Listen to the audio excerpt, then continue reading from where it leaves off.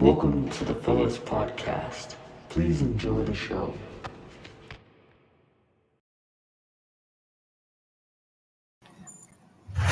Hello and welcome everyone to the first ever official episode of our podcast. Drumroll, please. The Fellahs podcast. Woo! Let's go. We are your hosts. I'm Nicholas Malcolm. I'm Ross. I'm Rue. And I'm Charlie. So, now to start. Fellas, who here all believes in spirits or entities? I believe there is something there, but sometimes it's also like mental illness. It's a very fine line. I have to disagree. I feel like spirits aren't real in a sense. It's more so it's a figment of imagination, if you will. I can get behind that. Yeah. I don't know. So it could be a figment of your imagination, yes. But I also do think that spirits are a very real thing, but not only in the form of you seeing them as a silhouette of a person or just seeing a shadow person or something like that. Ooh, spooky boo ghost. But I feel like it's also a certain energy too, because there's definitely times where you can feel a change in energies, especially if you're in a place where things may not have been necessarily the best. So, like places like mental institutions are probably gonna be very well haunted because of the mistreatment and everything. So the energy there's a I don't want to say like Residual energy from Yeah. like the trauma? Yeah. It's definitely, it could stem from trauma, most definitely. Yeah, because when like traumatizing things happen to people, it leaves like an imprint on where they are. Yeah. But that doesn't happen for everybody, though. That's the problem. It doesn't, but I think a majority of the time when it comes to things like this, spirits and stuff, and when you're looking to see how certain energies are in certain areas of certain places, you might have an energy that's more hostile if something really bad happened. Whereas if someone who died a good life but is still for some reason stuck in between the afterlife and still being here, Miss Charlie. So I wanted to bring up abandoned prisons. Yes. Because that has a lot of like bloodshed, anger in it, and those could be a really good place if there were to be like residual energy or maybe spirits. That would be one of the best locations. But have you ever seen a story where somebody in a prison has seen any spirits like that? Do you have any evidence? Because I still don't believe it. Boo! You suck! There was a video on YouTube, like they're pretty credible. They have like millions of views and stuff. On the Sam and Colby channel, they went to the West Virginia State Penitentiary. It's also known as the Haunted Moundsfield Prison, and they all saw things together, and they all experienced things together. They heard knocks. They saw like shadows in hallways, and I think when a lot of people see something at once, it is proof that there is something there. Okay, but that could just be a hallucination. Speaking about hallucinations, like a good topic for that is the Slenderman case and the Slenderman thing.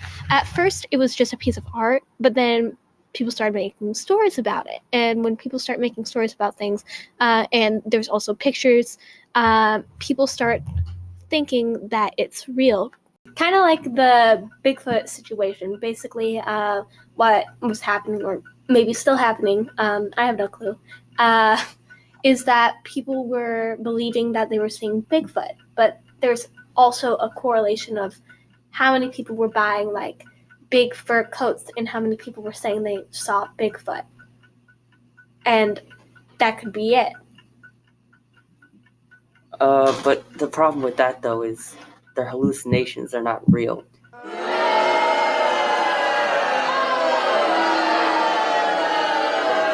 You can't prove, and there isn't really proof out there that Bigfoot or Slenderman exist. There's pictures, there's different kinds of like photography out there that could prove it, but in my opinion, I think that might just be like Photoshop, or it could be some type of way to grab the attention of viewers and not necessarily a real fact.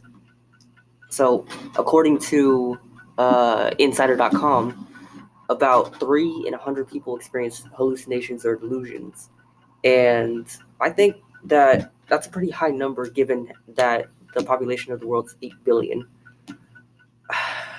It's hard for me to think that hallucinations and like spirits are like the same thing. I feel like hallucinations are what spirits are. They're not real. So I think that, like I've said before, the way you talk about certain things and the energy you put into certain things, it's gonna end up creating something that's either good or something that's bad. And it could go as far as being something that's demonic that could actually physically harm you. Like, I guess The Conjuring, like that would be a good example because those were demonic spirits. And like, I don't know, I just feel like At that point, then, can I just create money? no, you can't. I wish it worked that way. Money isn't a supernatural energy. I'm keeping It's this in there. If one good example of this is if you do daily affirmations about yourself to the mirror, even if you do not believe it. Daily affirmations about money. If you do not believe it, if you every day, at least once a day, look at yourself in the mirror and go, I'm confident, or I'm pretty, or whatever you're insecure about. If you do it for long enough, I will get $100 billion today. if you do it for long enough, you'll start believing it yourself, and you'll start being like, wow. You will, because you manifest everything that goes on in your life. Everything that happens is you manifesting it. Exactly. Like another example of that is there's this thing called Goatman's Bridge. And originally, yes, there were people killed there, but the bad stuff didn't start happening until people brought like a Ouija boards, started doing summonings. Like the bad stuff didn't happen until people started putting more and more into it. And it's when you put more energy into it, it creates something bigger than what it was before. Exactly, something evil. Exactly. Feeding into it.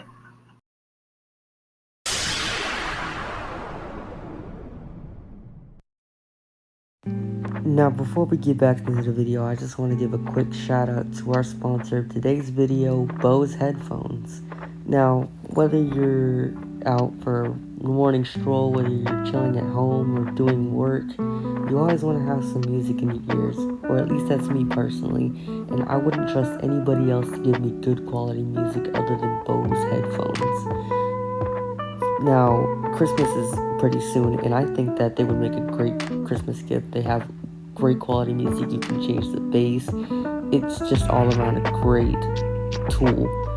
And if you go to Bose.com right now and you type in our code fellaspodcast.tmi, you will receive these Bose headphones at 50% off. Normally you can only get them at 25% off around this time of year, so don't miss this chance. I really recommend it because these Bose headphones are really amazing.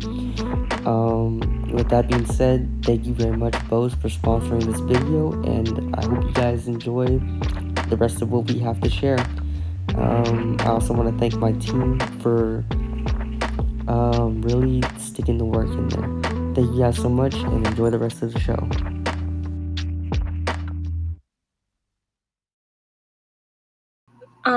Back on the Slenderman thing. So,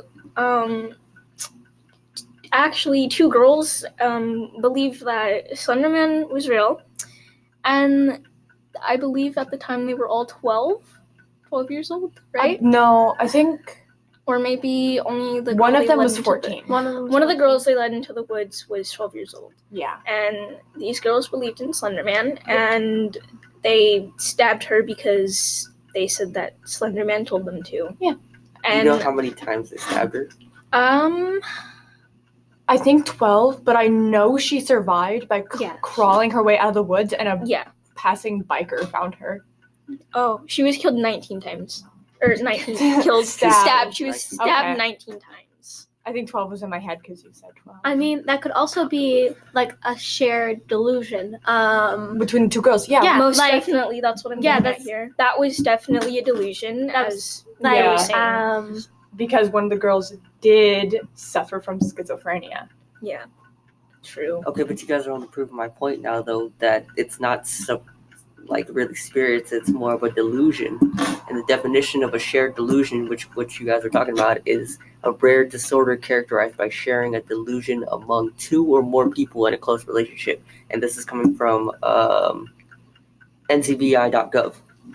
I actually have a story about that. I'm not entirely sure if it's, shared psychotic disorder, which is the disorder you were explaining, or if it's energies or whatever. All I know is that this happened to me and my grandmother when I was younger, and maybe 7th or 8th grade. So the first time, we call him the Hat Man. My grandma and I call him the Hat Man, at least when she was alive. And basically, one time we were staying up late at night, like 3 a.m. I was maybe 4 or 5. And I, with my little tiny baby hands, I tugged on her and was like, "Mama, why is there a man on the side of the bed?" And she couldn't see anything. It was pitch black. It was, late at night. We were putting on the TV, stuff like that. And then she asked, "What man?" And I just promptly passed out without explaining anything. And things like that happened a lot. She'd also see those hat men. She saw 2 of them.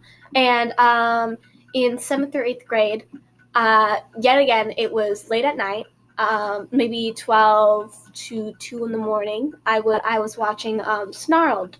It's a YouTube channel where it covers horror stories and she draws them. And basically, what happened was I was sitting in a beanbag chair, and I look up and I swore that I saw like a very tall man in the very, like, where my door was in my room. And it kept on happening for a couple nights. And so I also started having sleep paralysis. I wasn't afraid of this. I just knew it was happening. And I was like, oh, this is sleep paralysis. And it got to the point where I started feeling things.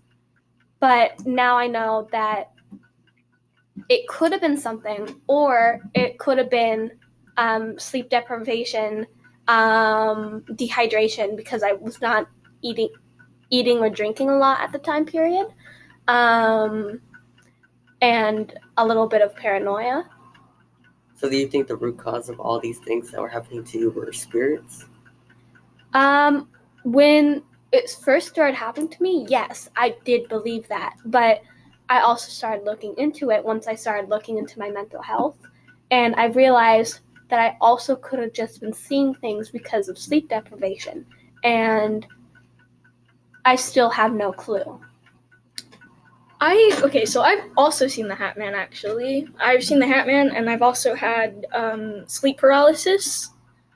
I haven't had sleep paralysis since probably middle school, though. Yeah. But the last time I had it, not gonna lie, almost had a panic attack when it was happening, because I feel like when those kinds of things happen, I think it depends for certain people, because my dad tells me something different. I go into a state of panic because it feels like something's on top of my chest and I can't breathe. So I'm just kind of stuck in bed, not being able to move, not being able to talk or anything. I can't do anything. I'm just there in my bed. And no matter how hard I try to talk or say anything or move, I can't do any of that. And there was one time I remember in particular, my brother and I, we shared a room when we lived with my grandma, still share a room, but my bed was across from his. So one night I had sleep paralysis really badly and I was trying to get his attention so he could get it to stop, and I tried calling his name like 5 times and nothing worked. I couldn't do anything about it. And then the Hat Man, I saw him after my grandpa passed, and at first I was like, oh, it's just him coming to like say hi and like chill with me or whatever. But it was way too tall to be my grandpa. Like way too tall. Like it was taller than the door frame. It was really tall. What I thought was like 6 foot, maybe 7, including the hat. And basically what my grandma thought, it was the spirit of her dead husband and my father. Because they both died abruptly. And this might have also been her grief. She also said that she heard my father's voice when she was alone. So I have 2 points, but one of them is a little add-on to yours. It was that after my father passed away, we would still hear his whistle around the house because he was paralyzed. So the only way he would get our attention is whistling from the back room. After he passed, we heard his whistle all the time. And I feel like that's a little bit of like added energy. My second point is, are you guys aware of the Winchester Mystery House?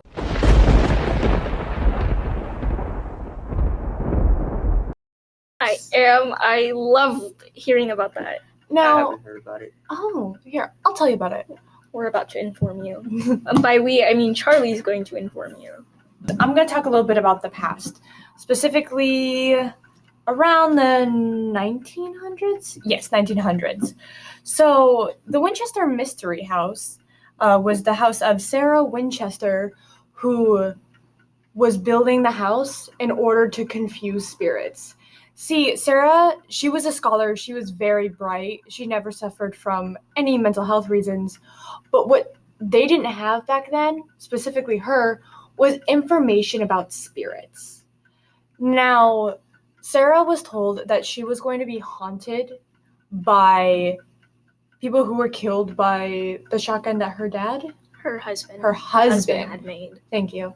And she didn't really believe it, but she found out because she was starting to get hauntings. She was starting to like notice stuff. So she moved to San Jose and she built a large house, and she built and built and built for 37 years.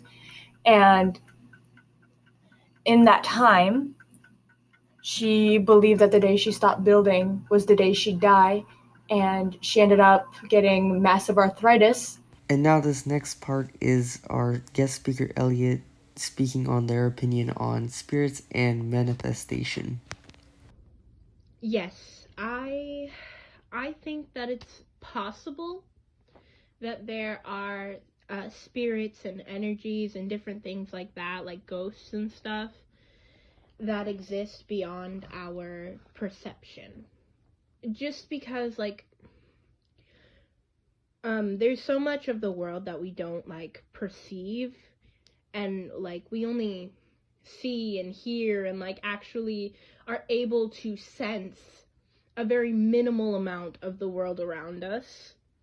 And because of that fact, I feel like there must be stuff outside of our realm of perception, which that would include like stuff like spirits and energies, ghosts, whatever. So I definitely think that is something that is a possibility. Yeah, I definitely think that there is energy in everything. There is energy in like people, in situations, and like you can just feel different vibes from like different things around you. And I definitely think that sometimes those are bad. I do think the word bad typically is not very objective. Like, something that's bad for one person might not be bad for another person. That being said, though, I think that there have been times in which there have been energies that, like, were bad. Like, for me personally, like, I've been in situations where I just got a bad feeling, or I've been around people where I've just gotten like a bad feeling because the vibe was off. Personal encounter with a ghost. No, I have not had a personal experience with one. I have heard about them. I have always been interested in like stories and like horror movies and like people just talking about weird instances, things that just are mysterious. I've always been interested in stuff like that, but I personally have never had like a real encounter with a spirit or an energy or a ghost of any sort. So I am a firm believer in the idea that if you believe in something hard enough, you will like make it a reality, whether that be positive or negative. I'm a strong believer in both manifestation and self-fulfilling prophecies.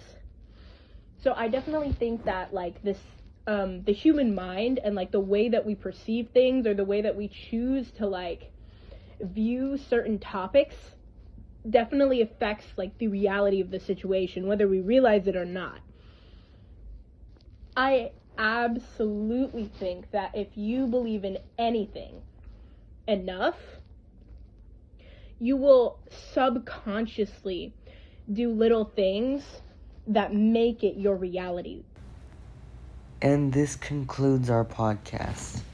So, while we can't say for certain that spirits do exist, we can say for a fact that there are experiences and there are paranormal events that do happen around us. And we can't rule out the fact that spirits are existent. And I see that now that I've been enlightened by my crew members. They really did show me the other side of what spirits could really be. Our argument here is spirits are around us. There's no way that they aren't. And I think that we as a society should take a look around us once in a while and try to find out what is really happening here in terms of these paranormal events and these weird things that are happening. Just take a closer look at it and try to see past the logical point of view. What could really be going on here? And with that being said, this concludes our podcast. Thank you all so much for tuning in. We really appreciate it here from the Fellahs podcast. Please stick around for the next episode if you really did like our stuff, and have a great day or night, whatever time zone you're in. Peace out.